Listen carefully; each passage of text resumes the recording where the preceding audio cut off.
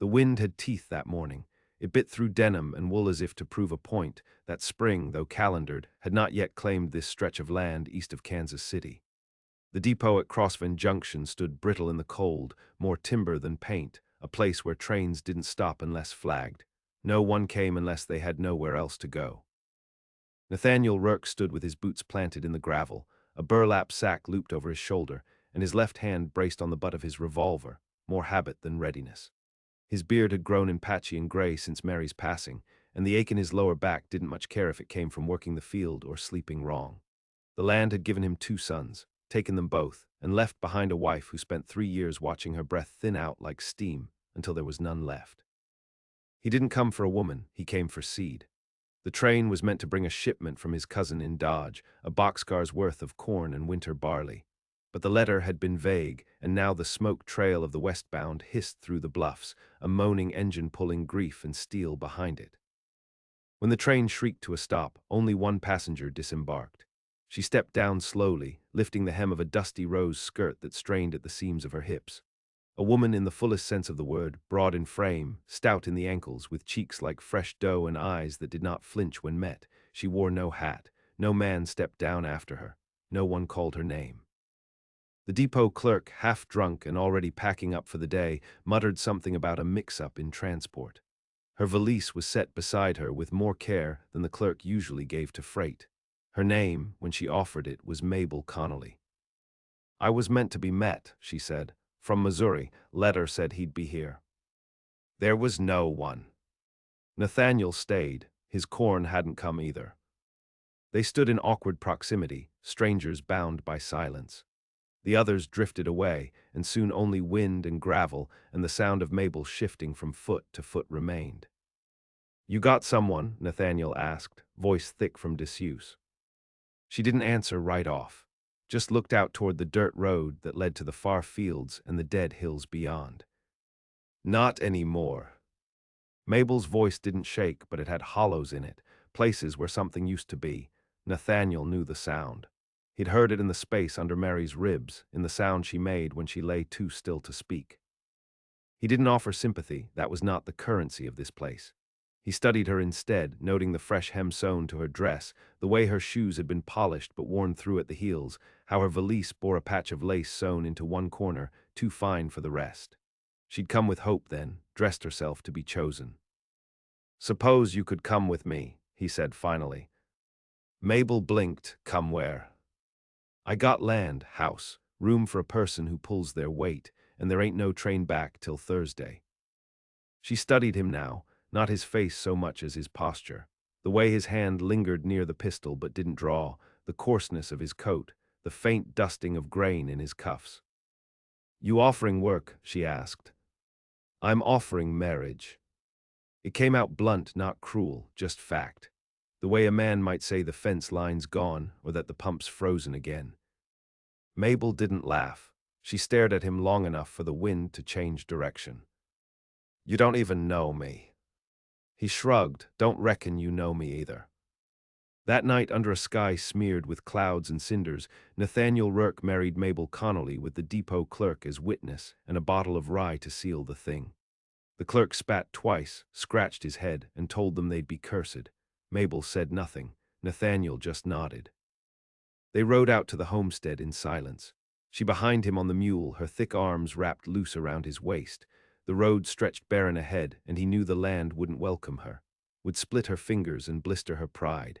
But she sat steady behind him, not shifting, not sighing, just watching the dark roll in. The house sat hunched in a hollow of elm trees. Smoke curled from the stone chimney, barely.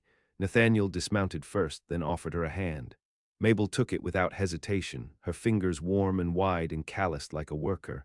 No perfume, no gloves. Inside, the house was spare.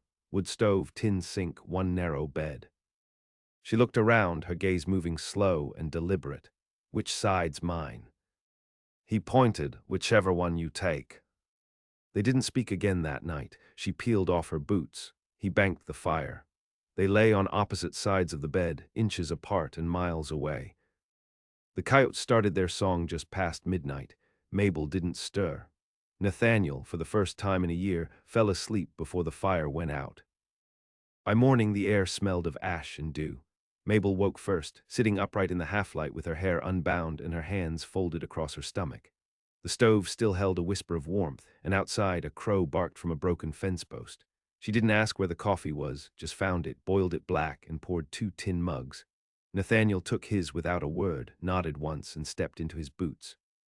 The rhythm began without discussion. Chores set themselves, water from the well, bread kneaded and left to rise, hens scattered and caught again. Mabel didn't move quickly, but her work held. Her weight grounded her like a pillar. She didn't complain when her palms blistered from the pump handle or when the rooster blood spattered her dress.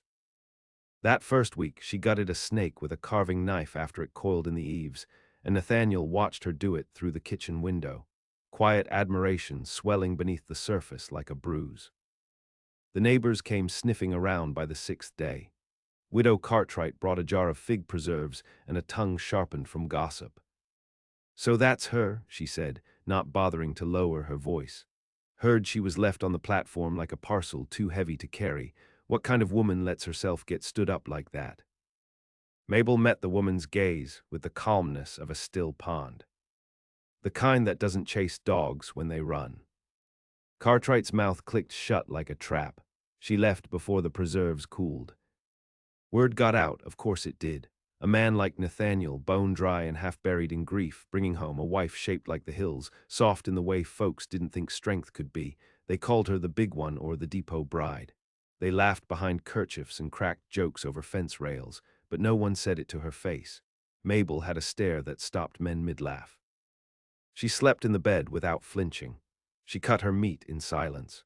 She watched the moon with the kind of stillness that made Nathaniel wonder how many nights she'd spent waiting for someone to come who never did. One night, weeks in, he found her in the barn, leaning over the calf that hadn't stood since morning. She had the animal's head in her lap, cooing low and fierce as its legs twitched in the straw. Nathaniel crouched beside her, hands empty. "You done this before?" he asked. "I raised 5 brothers," she said. 2 made it to 20. One had the pox, won the war, one drowned under ice. I know the look of something that's not gonna last. The calf died before dawn. They buried it by the creek, neither of them speaking. The land started testing her in earnest by midsummer. Drought clawed at the crops. The well dropped 2 inches and the corn withered like burnt paper. Mabel didn't fold. She rose earlier, stayed out past dusk, shoulders darkening to leather. When the wind kicked grit into her teeth, she spat it back. But the land wasn't the only thing that pushed. A man named Ellis Braith came riding from the west. He wore city boots and a gunbelt too clean to be honest. He'd heard about the bride swap, called it unnatural. Claimed Mary's spirit still walked the porch and that no real woman would take up with a man cursed by so much death. Nathaniel stood on the porch, fists clenched at his sides, ready to put the man down. But Mabel stepped forward, wiping flour from her hands. "You think a ghost stopped me?" she asked. Ellis didn't answer, not right away. "I think you're the kind that don't scare easy." Mabel cocked her head. Maybe I already saw the worst of it. Braith didn't come back, but others watched, men with brittle eyes and long memories. They thought Nathaniel had brought in a freak of nature, a mistake made permanent. They didn't understand that some things root deeper under pressure. By August, she had reshaped the house. Curtains stitched from old flour sacks hung in the kitchen. A bench carved from cedar sat beneath the elm tree. The pantry stayed full. Nathaniel, who had once slept with a rifle across his chest and a ghost in the next pillow, found himself waking to the scent of lye soap and cornbread instead. He didn't speak of Mary, and Mabel never asked. But one night, while oiling the hinges on the front door, she turned to him and said, "You never looked for someone else, did you?" Nathaniel set the can down slow, didn't see the use. She nodded once. "Neither did I, but I knew what it'd cost to go back empty. I wasn't gonna be pitied." He looked at her then, really looked. At the curve of her shoulder, the strength in her hands, the sadness she wore like armor. "I don't pity you," he said. Mabel smiled, but it wasn't soft. It was the kind of smile you made after climbing out of a hole someone tried to bury you in. "I know." That night he reached for her under the blankets, not with hunger, not with grief, just the need to be known by someone still alive. She didn't flinch. and the coyotes stayed silent. Autumn came hard that year, dragging frost across the fields like a cleaver. The cold had a voice of its own, groaning through the wood beams, rattling window panes, finding its way beneath shirts and under skirts no matter how tightly drawn. Nathaniel's bones ached worse in the mornings, and Mabel's knuckles split and bled while scrubbing lye from the washboard. They didn't complain. Complaining was a luxury for people who had something they thought they deserved. By then they were no longer strangers. Their silences were the kind you could sit inside without choking. Mabel rose before him most mornings and left a basin of warm water at the foot of the bed. Nathaniel came home from the line with his palms raw and his face burnt, but he always brought her what she asked for: salt, sugar, tobacco if they could afford it. The town spoke less often of them now. Curiosity wore off once it failed to provoke. Some still stared. Children whispered. But Mabel kept her chin lifted and her hands busy, and most folks had their own debts to worry over. The land was in the midst of starving again, just like it always did. Still, even famine had its predators. It was the third Sunday of November when the boy came limping up the path.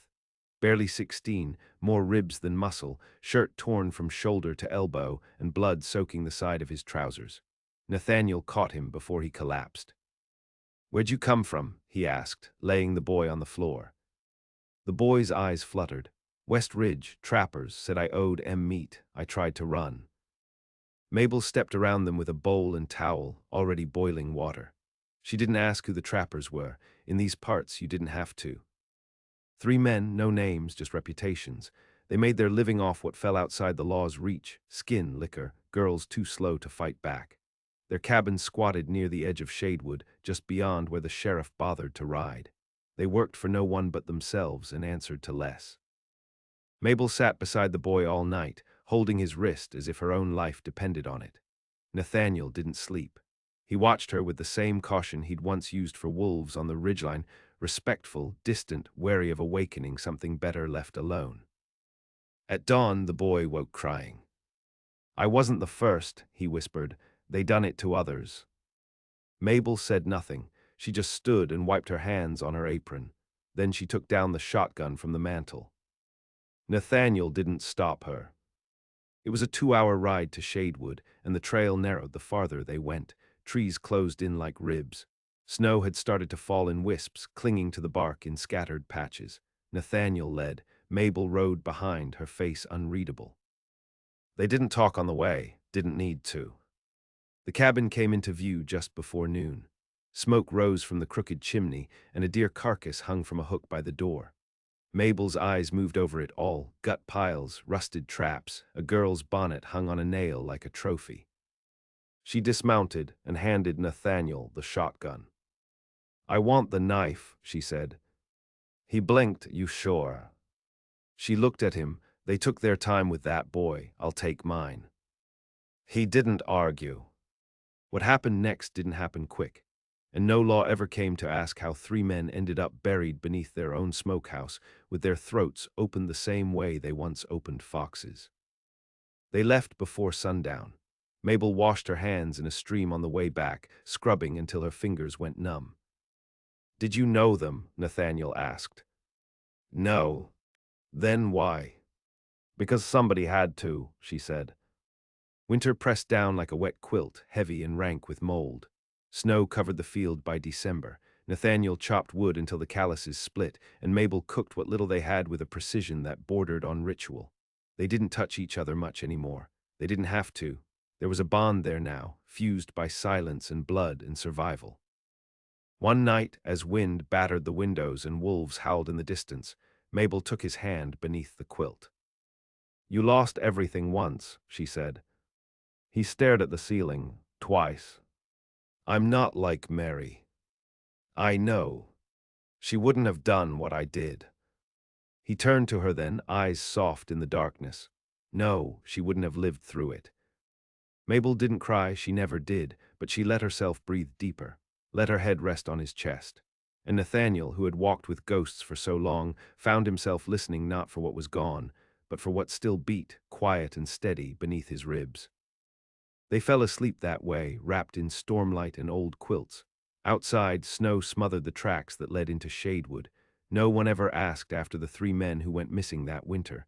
Some said wolves, others said vengeance. But in that little house beneath the elm trees, no one said a word. Spring returned without mercy. It soaked the ground until the clay turned slick, and the rivers spilled their guts across the lowlands. With the thaw came rot, coops collapsing, fence posts leaning like drunks, and the back barn shedding boards like a snake shedding skin. The scent of mildew clung to everything. Livestock grew sick from the damp, and one of the mules turned up lame with a leg bent wrong and eyes milky with pain. Nathaniel slit its throat with his own hands and didn't say a word for the rest of the day. Mabel buried it herself. By now she knew every inch of the place, which beams warped in the rain, where the cellar collected frogs, which trees bore fruit that wouldn't kill you. She'd grown leaner over the winter, not smaller, just harder. Her hands were thick with scar tissue, her back straighter than it had ever been. Townsfolk still whispered, but quieter now, and with a little fear tucked behind their teeth. That spring, a girl came to the door. She couldn't have been more than 12, with a torn hem and mud-caked feet. Her eyes were too old for her face. "Are you Mabel?" she asked. Mabel nodded, slow. "What's your name?" "Don't got one that matters." The girl said she came from west of the pass. Said her mama bled out after a beating and her uncle went for her next. Said she'd run 3 days straight, eating nothing but tree bark and ditch water, because she'd heard there was a woman here who took in what the world tried to throw away. Nathaniel stood behind Mabel, arms crossed, saying nothing. "You expect me to believe that?" Mabel asked. "No," the girl said. "I expect you to shut the door." She turned to leave, but Mabel caught her by the wrist. "You hungry?" The girl didn't answer, but she didn't pull away. Her name turned out to be Sadie, not given, but chosen. Mabel didn't ask questions about the blood that dried under the girl's fingernails or why her ribs jutted out like fence pickets. She just showed her where the feed was, how to milk the goat without spooking it, and what herbs would settle a stomach torn up from starvation.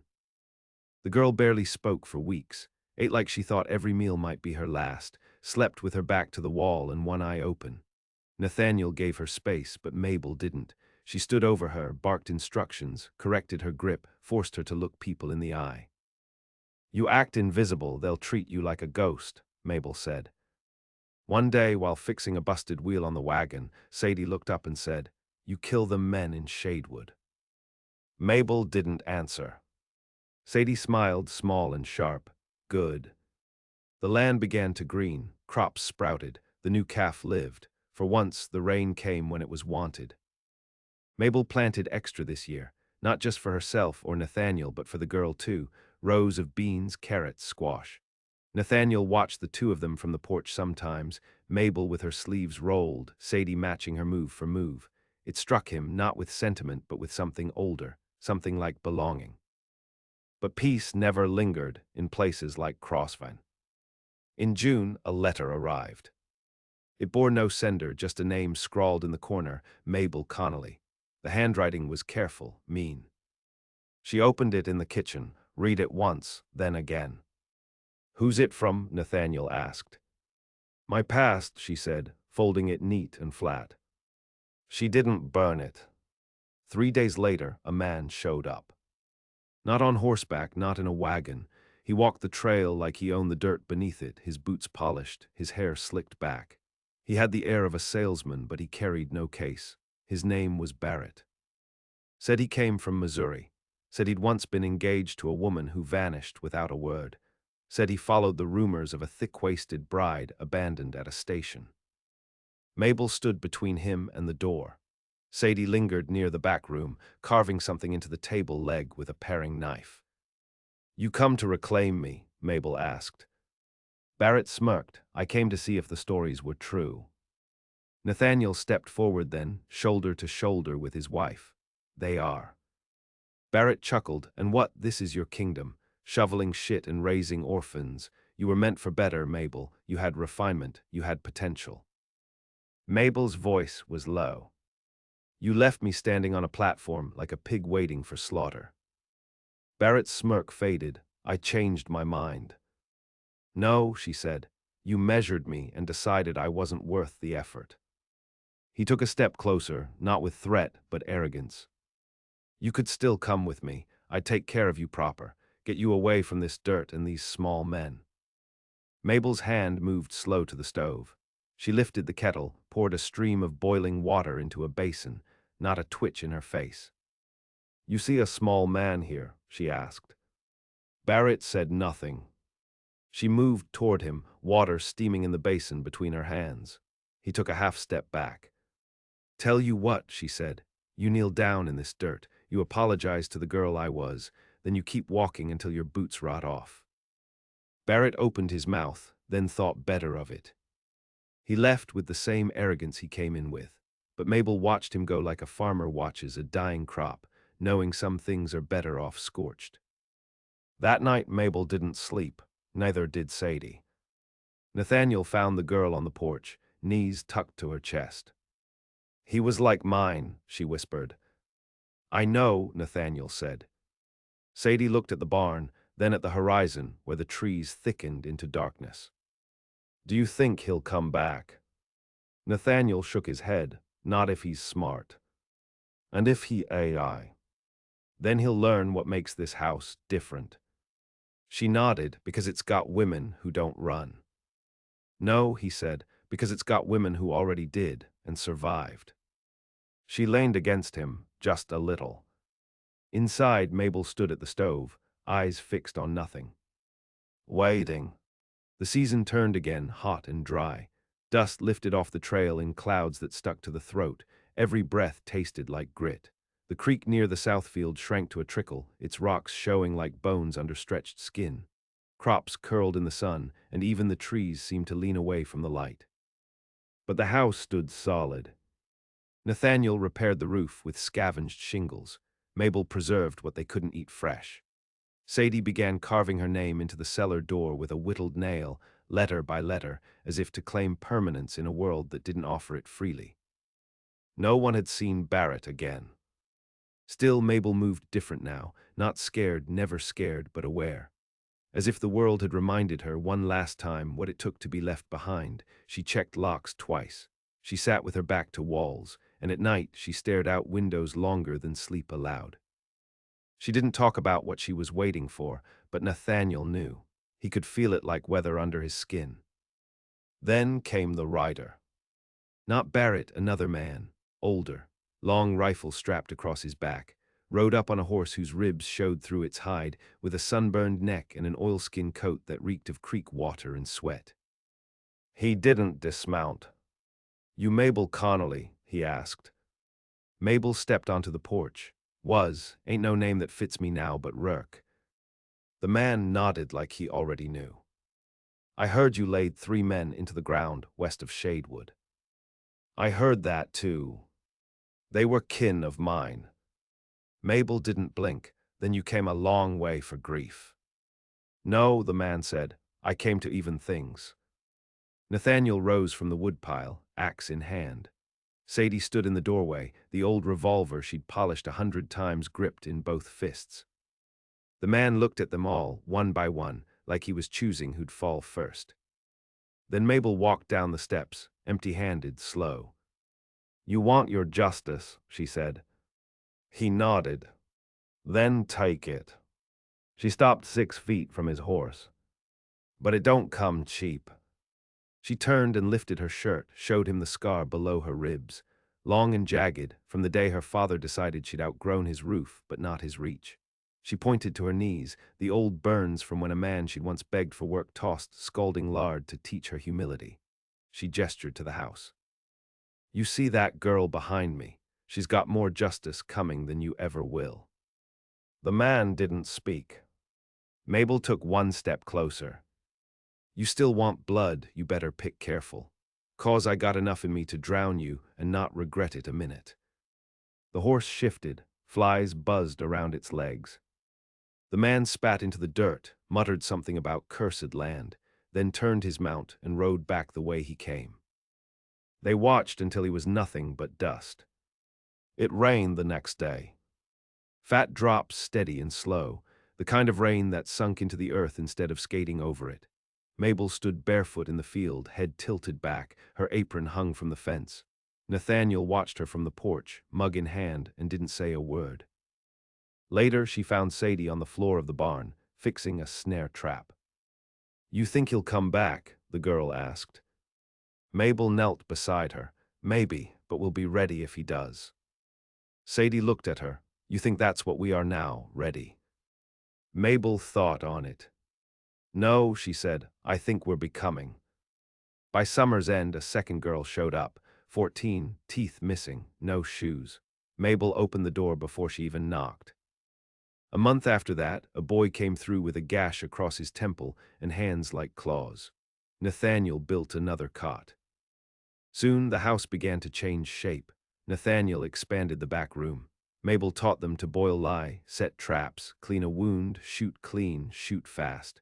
Sadie learned to cook cornbread without burning it. Someone carved theirs into the porch post with a belt buckle. The neighbors didn't ask questions. They stopped calling her the depot bride. Stopped calling her anything but Mabel. Years passed like weather, sometimes dry, sometimes cruel, sometimes bursting with light. People still came, not many, but enough. Each brought something broken, each left less afraid. Nathaniel grew quieter. His beard turned white. But his hands never stopped working, and his eyes never drifted far from Mabel's face. One autumn, when the trees had turned to fire and the wind tasted of wood smoke and apple, he sat beside her on the porch and said, "You remember the day I married you?" She nodded. "You said you had a house and room for a person who pulls their weight."